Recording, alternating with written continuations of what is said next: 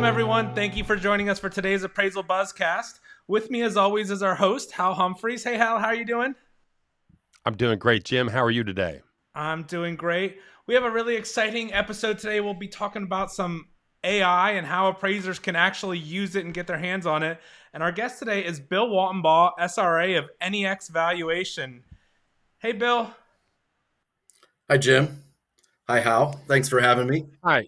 Hi, Bill. Thank you for being here. Bill, real quick, let's just do this. I mean, not everybody that's listening to the podcast knows who Bill Waltenbaugh is. Tell us a little bit about your history in this industry. Yeah, we can go way back, and I'll make it really short because it's a really long time frame. While I was in college, I was working for the city of Anderson as a zoning administrator. And in essence, there were two people that would come into the zoning office to get zoning information. And that was pretty much either an appraiser or an attorney. And so, when I was walking through campus one day and there was someone looking to interview people to become an appraiser, I said, well, hey, those guys seem pretty cool, and maybe I ought to check this out. So that's really kind of how I got started. And then I was hired, moved to Cincinnati, worked as a field appraiser for 20 years there. And, if you're familiar with Cincinnati, there's 3 states that meet there. So I did some work in Kentucky, Indiana, and Ohio. Oh, wow. And then kind of transitioned into the role of working with various AMCs and a national lender and a chief appraiser role. Okay, very good. Well, let's do this. I'm going to take a real quick break and we'll hear from one of our sponsors and we'll be right back. The Dictionary of Real Estate Appraisal, 7th edition, is a landmark text that reflects the depth and breadth of appraisal knowledge. Each entry, definition, and reference has been painstakingly researched and designed to reflect an expert understanding of issues that currently impact the profession. The new dictionary is an essential authoritative resource for all appraisers. The dictionary is divided into 2 sections, an alphabetical listing of terms directly related to real estate appraisal, and an addendum with topical glossaries and compilations of terms used by related real estate professionals. Find it at appraisalinstitute.org/dictionary7. Welcome back, everybody. You're listening to the Appraisal Buzz. I'm Hal Humphreys. I'm joined by Bill Waltenbaugh today. Bill, it's really good to see your face. It's been too long. All right, so we've got a little bit of a history on Bill. There's a lot of talk about artificial intelligence and how it's changing the industry, but usually it's more in the holistic, change is coming. But you've got some examples of something appraisers could do right now using AI and ChatGPT to help with an appraisal today. Talk to me about some of those things. Right. And, when it comes to AI, and not to be confused with the other AI that appraisers are familiar with in our industry, but when it comes to AI, it's really nothing new. These are things that have been around for a long time. If you have Siri on your cell phone, that's part of what AI has to do with. If you watch Amazon or YouTube, they're constantly recommending things for you to watch. And the same thing with Spotify, right? As if you utilize that service, they'll suggest certain songs that they think that you'll like based on, what you listen to. There's been a lot of excitement, discussion about things that have occurred in AI just in the last year. And probably a little more than that, but for me, it's been about over the last year. It was introduced to me. I was just very intrigued about some of the things that it could do. At first, I was just saying, "Hey, write me a poem," or things of that nature, and just was very interesting to me. I was blown away by what some of the things it could do. I have 5 boys. They're all in their 20s. They grew up with cell phones in their hands. And so to them, it's no big deal. It's just kind of the next step. But when I was a kid, we used rotary phones. So to me, it just seems like, this is some crazy stuff. Obviously, as an appraiser, I start thinking, okay, well, how can I incorporate and use this technology in the appraisal space? And one of the things that I did was I was wondering whether or not I could upload a photo to ChatGPT because it can do image recognition. It can look at photos. And I asked it to rate the quality and condition of the photo from 1 to 6, right? And that's how I started initially. And it'll give you a rating, right? Of course, because you're an appraiser, I'm thinking of the UAD quality and condition ratings, which is why it's 1 to 6 and not 1 to 10 or some other number. Right. And so it did give me a result, but it got me thinking to whether or not I could actually hone it in some. And so I started with the prompt engineering, kind of giving it more guardrails, a little more thought. It was already familiar with the UAD and the definitions on the Fannie Mae and Freddie Mac's website. And so it was accessing that information, but it still wasn't nearly where I wanted it to be. Right. And then this technology is changing just so fast. It was only just a few months ago that you had an opportunity to create your own, what they call GPTs, right? And in essence, it allowed me to create my own program, use my own knowledge base, and provide all these guardrails to create this program that will assess the quality and condition of a kitchen. Now, I just went with a kitchen. It's not a holistic view. It will only give you the quality and condition of a kitchen, but it was really more just educational on my part. I wanted to see, Mhm. what can be done. I have really zero coding experience. I can't code anything at all on my own. I know a little bit about it. I can ask questions and things of that nature, but there's no way I could do this. But in essence, it wrote the code for me, and all I did was give it instruction in basic English language from typing out what it is that I want. So I have a couple examples here that we can take a look at if you're interested. I don't know whether that piques your I interest would or I not, would but love I would love to see the samples and just kind of walk us through what this means.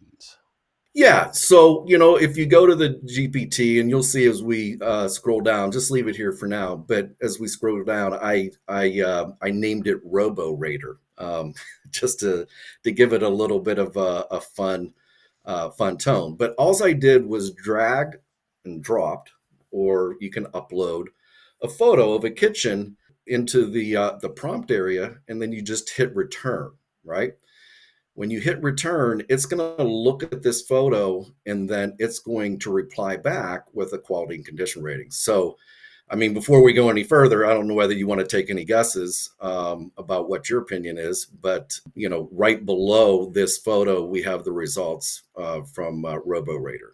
And I'm going to jump in from the producer seat and let everybody know, if you aren't listening to this one on YouTube, you might want to watch this one on YouTube because it's a little bit more visual than our normal ones, but it's very cool. So I would check that out.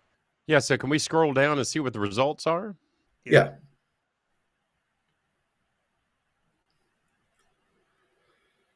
So there, Robo Raider, it's given a condition rating of C4 and then a quality rating of Q4. So at first I was just looking for those two results, right? But then I was like, okay, I want to understand why you're telling me it's C4 and Q4. So then I had it actually provide commentary, and it does it in 2 sections for each rating. It provides commentary that you can utilize to throw in an appraisal report. But then it also uses an expanded commentary that you could take and throw into your work file. Now, And let me ask you this, Bill. Did it automatically say this is what's going to go in the report and this is what's for your work file, or did you tell it to do that? I told it to do that, right? So I said, hey, start off with the first support to be a little more focused.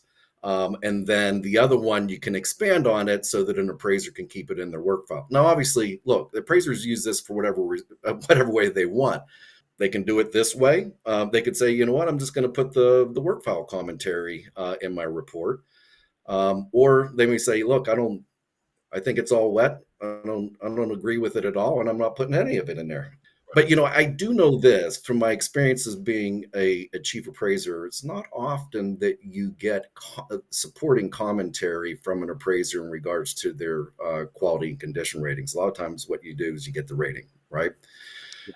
And so, in this, utilizing at least something like this and modifying it if you don't agree is more than what's usually included in a report. And to me, I think it just makes your report that much better because the reader can understand why, at least, that you're providing that condition rating. You can modify it if you don't agree with it, then you can change it and make it your own, but at least gives you a template and framework to get started. Interesting. That is absolutely crazy. And, from an appraiser's perspective, possibly a little bit terrifying. Yeah, well, let me touch on that, right? Because I don't always agree with the output, right? And even if you listen to the experts, the ones that are out there creating these models, they say that you should always have a subject matter expert or someone who is qualified to look over the output, to look over the results, to make sure that they make sense, right? Because they can get off the rails sometimes. And there's even a thing called hallucinations in results, to where they go way off the rails, right? And the one person that I was listening to, he's like, look, if you could utilize this to help do research and put a plan together to build a bridge, he said, but I wouldn't drive across it unless I had an expert look over the results first before you start construction. And I think it's really important. I don't think appraisers need to be afraid of this technology. I think they should use it as a tool, right? It's a tool that we can utilize. It provides a good framework, provides a good starting point, and you don't have to agree with the results, right? You're the appraiser. You get to decide what you put in your report. And if you don't think it's C3 and you think it's C4, well, change it to 4. And actually, a lot of the commentary isn't too bad to modify just a little bit to meet that rating anyway. So, I think it's it's just like an assistant, right? If you had an assistant do work for you, you'd probably check over before you just dropped it into your appraisal. And you should just really focus on this the same way. I love it. Let's do this. Let me take a real quick break and we'll hear from one of our sponsors. We'll be right back. All right. Need a profitable PDC solution for your clients? Jaro's appraisal management software makes the process faster and easier. With Jaro, you can order standard appraisals, inspections, and hybrids, all on one seamless platform. The software also gives you everything you need to manage new vendors by taking care of background checks and letting you shop from a pre-vetted panel of inspectors with a wide range of credentials. Get started with Jaro today at tryjaro, that's tryjaro.com. Welcome back, everybody. I'm Hal Humphreys. You're listening to the Appraisal Buzz. I've got Bill Waltenbaugh with me today. Bill, I can't thank you enough for joining us today. This is really interesting stuff. And here's the thing. We've got this example that you've put together. Is that something that we could post somewhere that people could have a look at and just kind of scroll through and read the different reactions from ChatGPT that you got? Sure, absolutely. I mean, these are just there's another kitchen, and it says a C3 and a Q4. And look, this one actually provides a little more detail than the last one, right? But it goes on and it lists out again the commentary for both the appraisal and the work file.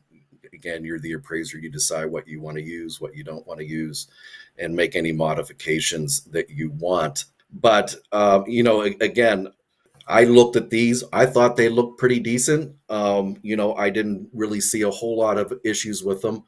But then again, I'm not gonna make the decision, that an appraiser really needs to make on their own anyway. So I would love to get feedback on what people think.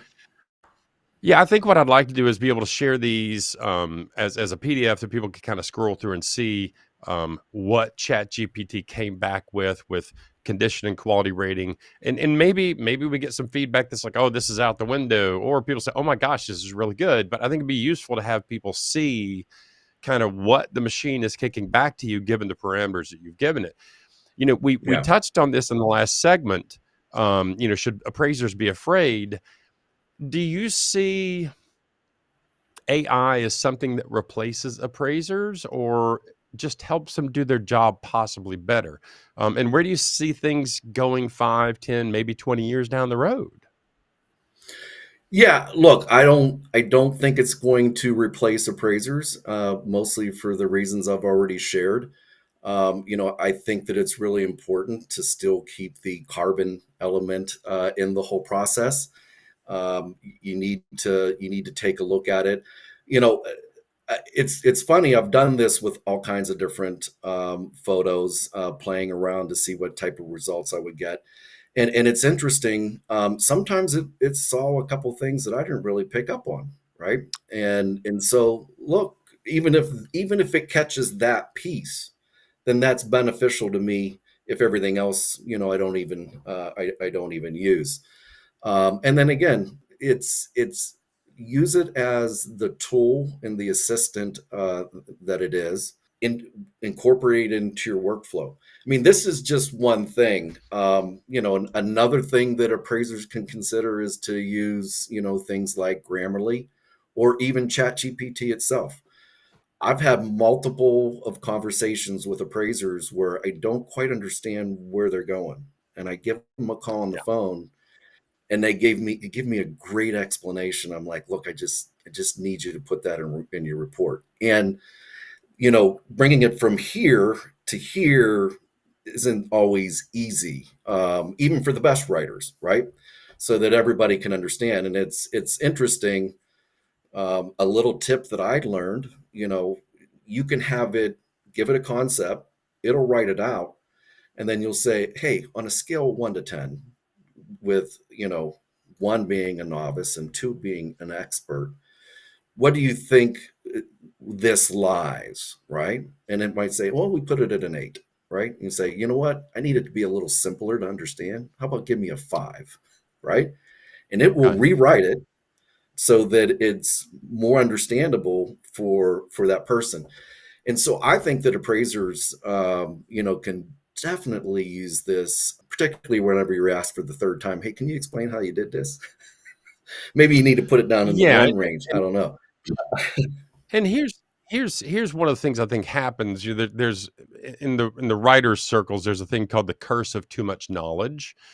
Mhm. You've worked in a subject matter, you've dealt with a certain thing for a certain period of time, you know all the issues, but then when you go to write it Mhm. down, you have the curse of too much knowledge. So you know in your Right. head, all the issues, but sometimes you don't put all those on paper.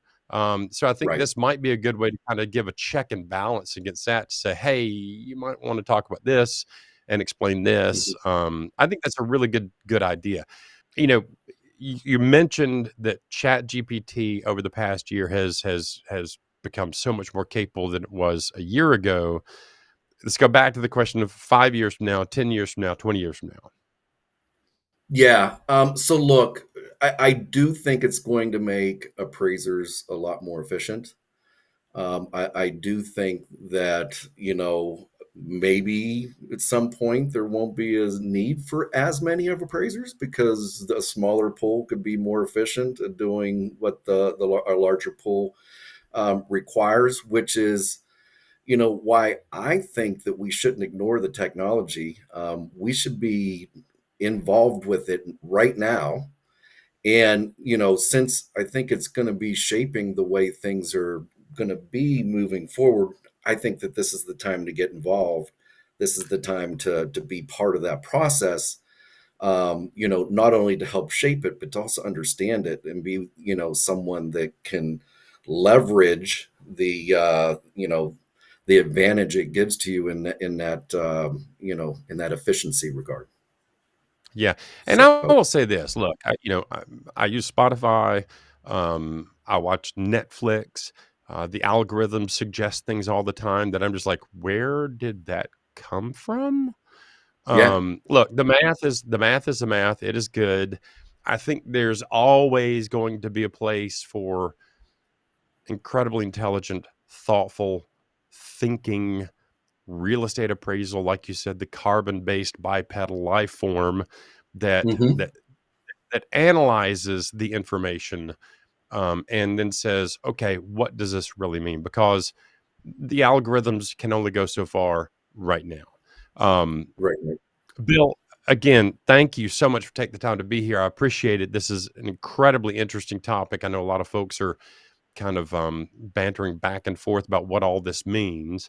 Hmm. Jim Morrison, do we have, by chance, an anonymous appraiser question for Bill and me to try and chew on today? We do. So these anonymous appraiser questions are just questions that come in from our audience that we ask our experts. Sometimes they're simple, sometimes they're a little bit more difficult. If there's anybody listening, make sure to leave us comments in the YouTube comments, or email us at comments@appraisalbuzz.com.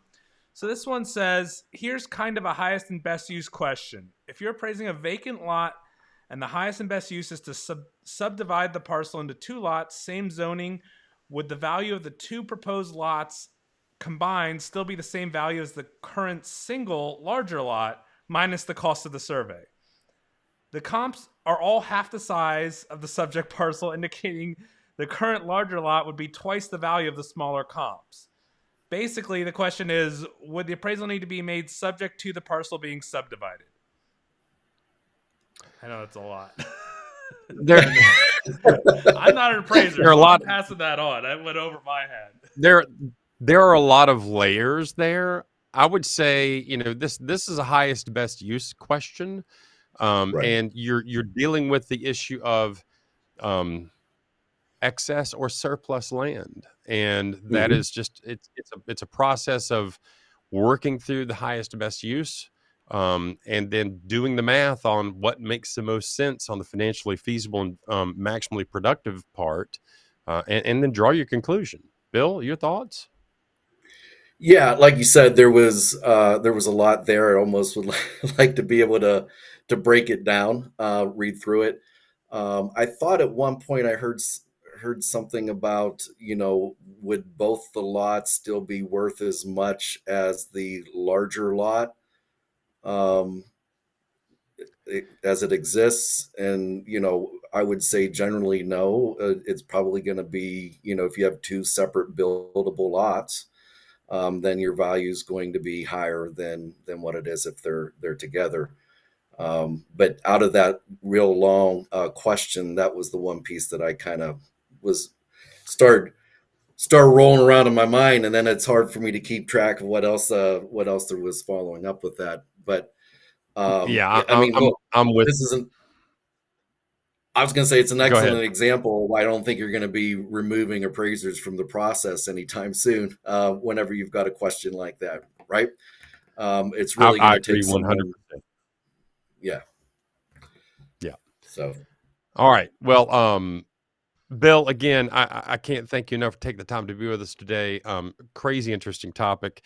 Uh, Jim, let's see if we can find a way to get that PDF available to folks to have a scroll through and see what they think of it. And I would suggest those of you out there listening, when you have a look at this PDF, feel free to comment and give us your thoughts. Do you think this is like going to take us all out of a job, or do you think this is a really good tool that we can use, or do you think it's just a waste of everybody's time? Yeah, and we'll attach that to the YouTube. I don't know how we can attach a PDF to the audio version, but we'll for sure put it on the YouTube. So if there's anybody listening to the audio, go watch the YouTube. And those of you that are watching the YouTube, you'll already see it. Yeah. Bill, thank you again. Jim, is there anything else we need to cover today? No, I think we covered it. Really interesting topic. Thanks so much, Bill, for joining us. absolutely. Thanks for having me. Thank you, Bill. In that case, for Jim Morrison and Bill Waltenbaugh, Hal Humphreys, and that is your appraisal buzz for this week.